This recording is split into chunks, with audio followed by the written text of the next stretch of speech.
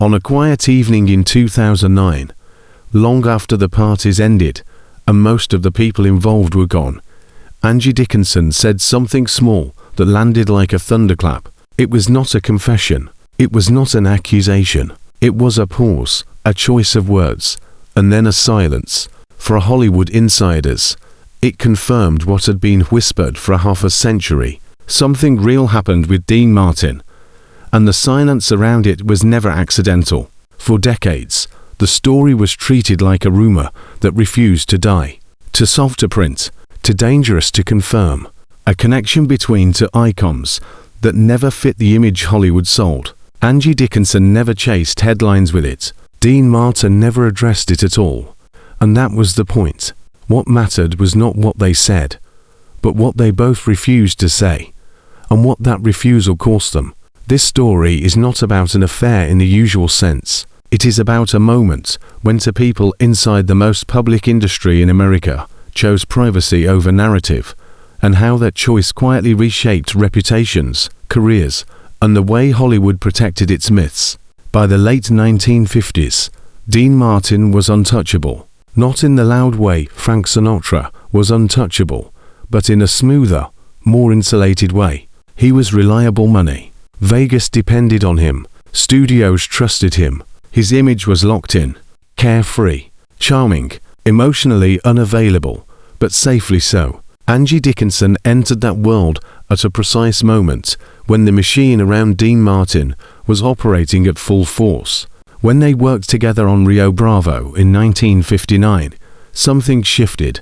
Crew members noticed it immediately. Dean Martin was not known for lingering.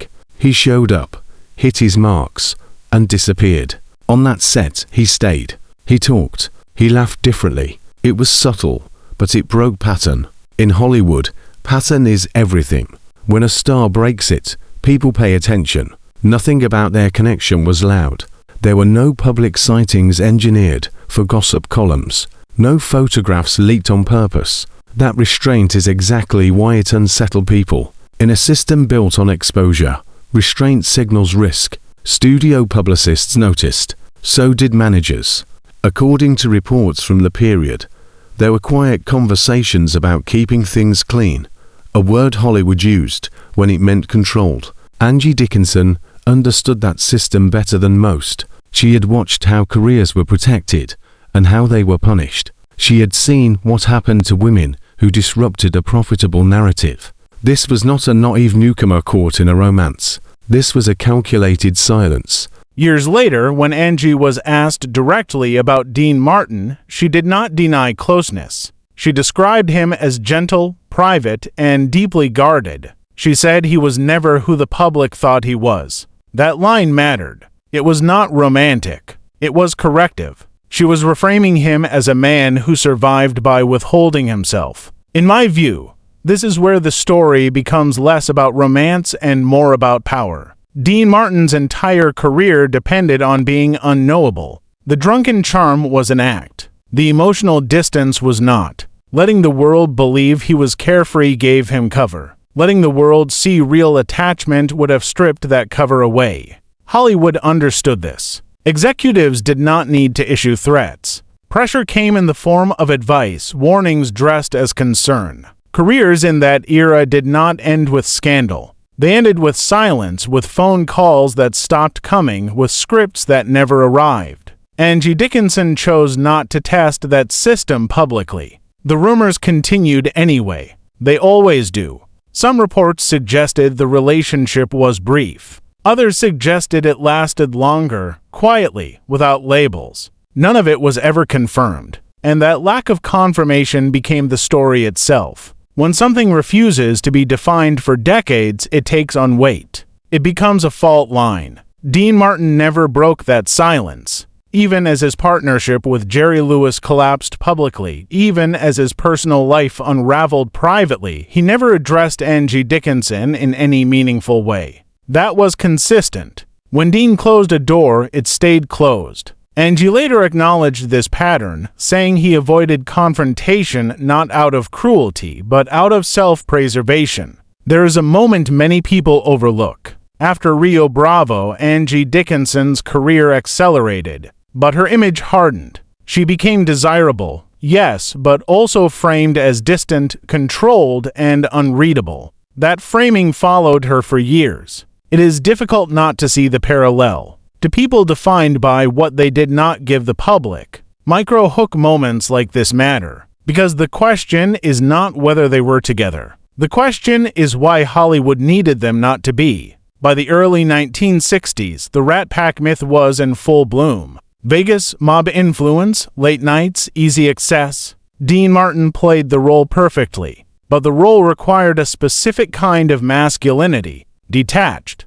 noncommittal, always leaving the party early but never explaining why. A serious relationship with a woman who matched his intelligence and independence complicated that myth. Unconfirmed reports from the era suggest studio executives viewed Angie as too real for Dean's image. Not scandalous, dangerous in a quieter way. She did not need him. She was not impressed by the performance. That alone disrupted the balance. Hollywood did not punish Dean for this. Hollywood insulated him. The cost fell elsewhere. Angie Dickinson never publicly accused the industry of interference. She did something more devastating. She waited. When she finally spoke about Dean later in life, her tone was not bitter. It was reflective. That made it impossible to dismiss her words as resentment. She described a man who wanted connection but feared exposure. A man who used charm as a shield. I believe this is the second critical insight. Silence does not always mean absence. Sometimes it means containment. Dean Martin contained his private life so effectively that even decades later, the truth remains fragmented. Angie Dickinson respected that containment even when it limited her own narrative. Their silence also protected others. Dean Martin's marriages were already fragile. Public confirmation of an affair would not have added drama. It would have redefined him. And redefinition was the one thing his career could not survive intact. The Rat Pack thrived on myth, not complexity. As the years passed, the industry moved on. New scandals replaced old whispers. Angie Dickinson built a legacy on her own terms. Dean Martin aged out of the spotlight slowly, carrying personal losses that changed him permanently. Through all of it, the story remained unresolved. When Angie finally addressed it obliquely, she did not reveal details. She revealed boundaries. She made it clear that whatever existed was real enough to protect and private enough to keep. That choice forced audiences to confront an uncomfortable idea. Maybe the most honest Hollywood stories are the ones never fully told. Another question emerges here. Did the silence protect them, or did it trap them? There is no clear answer. What is clear is that both paid a price. Dean Martin remained emotionally inaccessible in the public imagination. Angie Dickinson was often described as enigmatic rather than open. In an industry that rewards overexposure, they chose the opposite path. From an investigative standpoint, the lack of documentation is itself evidence. Studios documented everything that served them. The absence of memos, photographs, or controlled leaks suggests intentional suppression, not coincidence. That does not mean conspiracy. It means risk management. Unconfirmed accounts suggest that publicists actively redirected gossip away from Dean during that period. This was standard practice. The goal was not truth. It was stability. Angie Dickinson did not benefit from that redirection in the same way. Her silence did not buy her insulation. It bought her dignity. This distinction matters. Power in Hollywood has always been asymmetrical. Dean Martin had leverage. Angie Dickinson had awareness. They made different calculations with the same information. As time passed, audiences romanticized a mystery. Commentators speculated. Biographers danced around it. Angie Dickinson watched all of it without correcting the record. That restraint turned her into a quiet authority. When she finally spoke, people listened precisely because she had waited so long. Her words did not expose Dean Martin. They humanized him. She described a man shaped by avoidance, not cruelty. A man who believed that giving less was safer than giving fully. That is not a flattering portrait, but it is an honest one. The emotional cost of that choice is harder to measure. Dean Martin's later years were marked by withdrawal. Angie Dickinson continued working, but often spoke about the loneliness of Hollywood in ways that felt personal. Their silence echoed beyond them. This is where the story settles into something quieter. Not tragedy, not scandal. Consequence. The consequence of choosing privacy in a culture that monetizes exposure. The consequence of protecting an image at the expense of intimacy. So when people ask whether Angie Dickinson and Dean Martin had an affair, they are asking the wrong question. The real question is why the truth was less important than the silence, and who benefited from that arrangement. As viewers, we inherit the myths Hollywood leaves behind. Sometimes the most revealing thing is what those myths refuse to explain. Angie Dickinson broke her silence, not to reveal a secret, but to acknowledge a boundary that defined an era. Dean Martin remains a legend. Angie Dickinson remains an icon. Between them sits a story that was never meant to be consumed, only respected.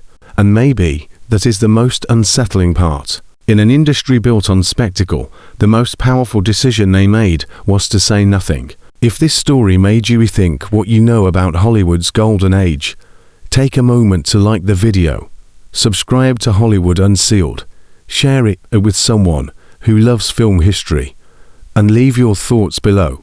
Was the silence an act of love or an act of survival? Production note: any unverified information discussed in this documentary should be clearly labeled on screen or in the description as unconfirmed.